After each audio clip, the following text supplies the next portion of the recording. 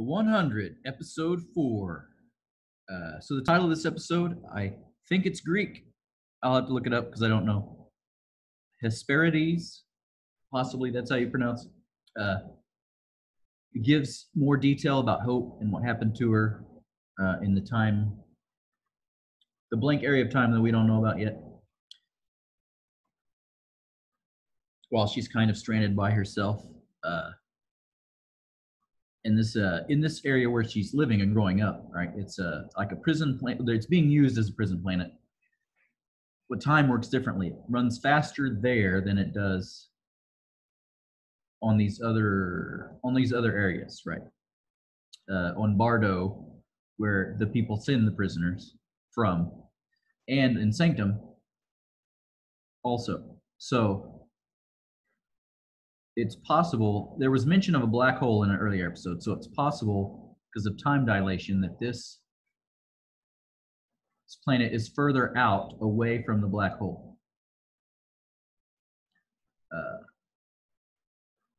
And if Sanctum is close to a black hole, and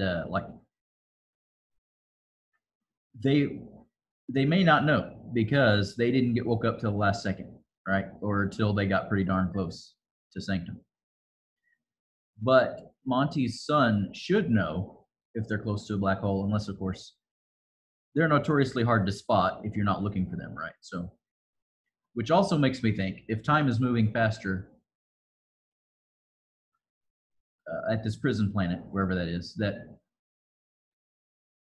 time on Earth, right, since it's not near a black hole as far as we know in the show, could be moving a lot faster. So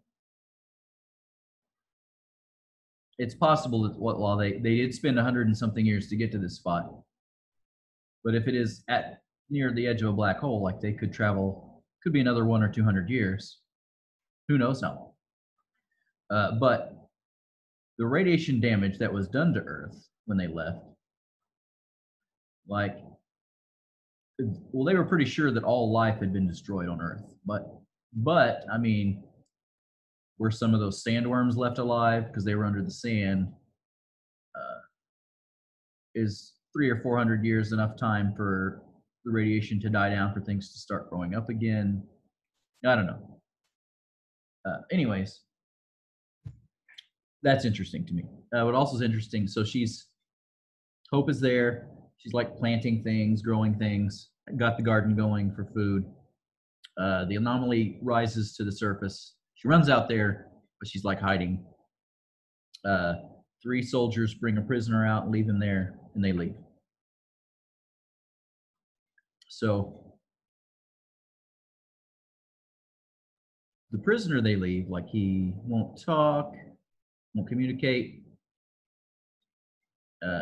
She's like threatening him with a garden rake, like, hey, don't come any closer. And he just kind of is amused by that. But I guess they slowly, like, she sees him about to eat a poison berry and warns him about it. Like, they slowly begin a dialogue, right, where they're kind of talking and communicating. And then it shows that some time passes, and they kind of have a father-daughter relationship going, and he's like training her to fight, and she's training him about plants and animals and all that stuff. And then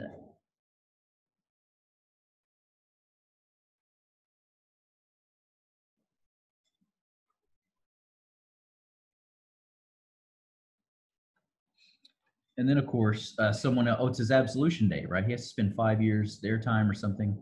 I didn't look at the exact time frame. So it runs out. He's supposed to go back. So he was actually going to help her with her plan of jumping through the thing, going after who she needs to go after to get her friends back, or her mom, right? And Octavia. So that's the plan. But then she hesitates to kill the guards because she's never killed anyone, so she doesn't. And then the guy who's been helping her, Deb, he gets stabbed and killed. So she grabbed a suit from one of the dead guys that Dev was able to kill, but Dev dies. So she makes it to the Sky Ring. I guess that was kind of a flashback, right? So then it flashes forward to her and Echo and Gabriel, and they have their current prisoner, Orlando, right? They're trying to get him to open up, and she's kind of been through this before, right? So they're going to try to win him over before Absolution Day because they have 5 years, so that they can go back and again try this plan again that she wants to free her mom and Octavia and so on.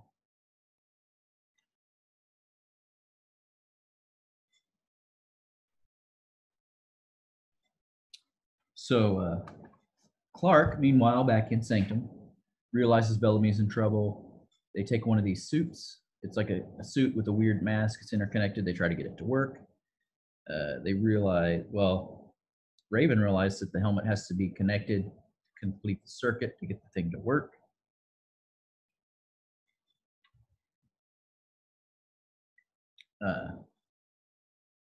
But then there's a guy outside the gate with more soldiers, right? And he comes to talk to them. And he admits to them he's a disciple of the greater truth, which sounds kind of, I don't know, it sounds like there's some sort of religious thing going on. These people all believe they're disciples of the greater truth. And the one guy, his name Orlando. I have to look it back up again. That's on the prison planet, right? He keeps talking about the Great Shepherd and things like that. And when someone else says the Great Shepherd, he's like, "You're not allowed to say that name." Well, okay, whatever.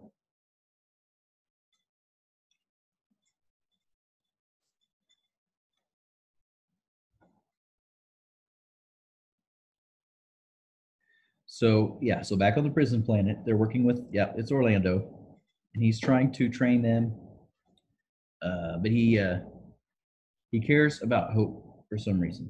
So I don't know if he's heard stories about her or if he knows anything, but so they realize that. So like, well, maybe we can get her to act like she's drowning, and he'll come out to save her and create a bond.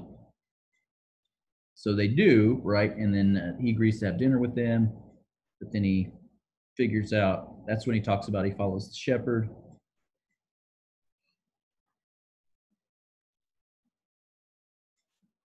Oh, but so this is an interesting thing that happens is he talks about 12th level, right? 12 levels.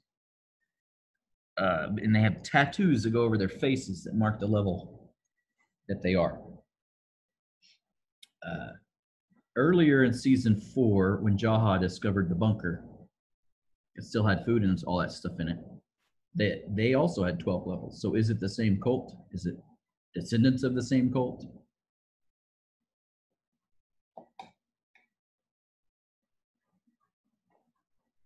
So yeah, Orlando was sent to the prison world, which time moves way faster there, for breaking the shepherd's 4th law: honor the day of rest to be efficient for the rest of the week.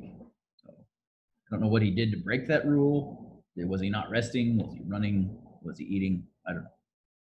But he still believes in the shepherd. But he agrees with them to help them, but only if they don't kill anyone.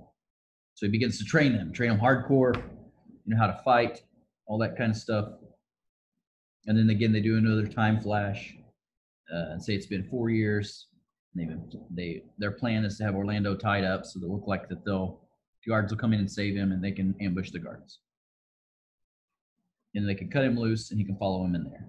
But of course, Echo does not want to do that, but she's not saying that. He's still loyal to the disciples. And she doesn't, I don't know if she just doesn't trust him or if she's just being a jerk. Who knows? So, of course, they knock him unconscious. Echo kills the unconscious disciples. And then she starts crying and goes and ends Orlando, gets rid of him. And then says they have to leave him behind. And Gabriel and Hope are super unhappy. They're like, "What are you doing? This is not what we planned for 4.5 years. This is not what not what we're about." She's clearly doesn't care, but she cries about it. But I mean, she did used to be an assassin for Ice Nation. I mean, but still, it's pretty cold-hearted. No pun intended this time. But I actually, the character Orlando was, I mean, very interesting and intriguing, and it was kind of sad to see him go that way. But this show has always been a violent show. I guess maybe they just were missing the violence some. I don't know. So Raven, they flash back to Sanctum. Raven puts the helmet on, completes the circuit. It's like a heads-up display computer. She sees that there's wormholes. It's a wormhole that connects 6 different planets. And of course, the prison planet where time moves faster is one of them. Sanctum is another one. But then there's 4 other ones. Like, which one is Bardo? They don't know. So Clark has gone on ahead to Gabriel's tent to try to make peace with these disciples.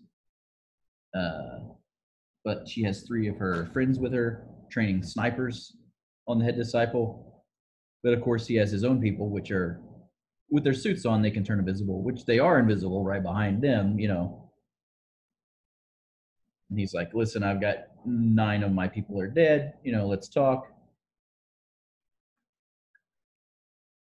Of course, Raven uses the golden suit to stay invisible mode, and she takes out all the other, you know, soldiers that were going to take out the people that are next to Clark. And then she feels bad about that because she's ended more people. With the mask on, she can go to the device. She knows the codes to activate the anomaly, but there's 4 planets on there that they don't know what they are. Like, which one do they go to? So they, well, one of them's locked out. I think it can't even go there. So they need to find the prison planet. And they're like, well, which one is it? So they pick one randomly, turn it on, jump in. I'm pretty sure it's the wrong one. It's an ice planet, and they're like in the middle of, they're like snow covered everywhere, and there's no anomaly behind them, so they appear to be trapped in the snow. I think it's the wrong one, and they picked wrongly, but yeah, we'll find out in further episodes. Time appears to travel at a different speed for each planet. So it's, again, it's possible that there's a black hole that's, these planets are further and further away from the black hole than each other, right? And like in almost like a ring. Are they part of the same planetary system? How does the black hole interact those? Are they different solar systems? Like how far away are they from each other?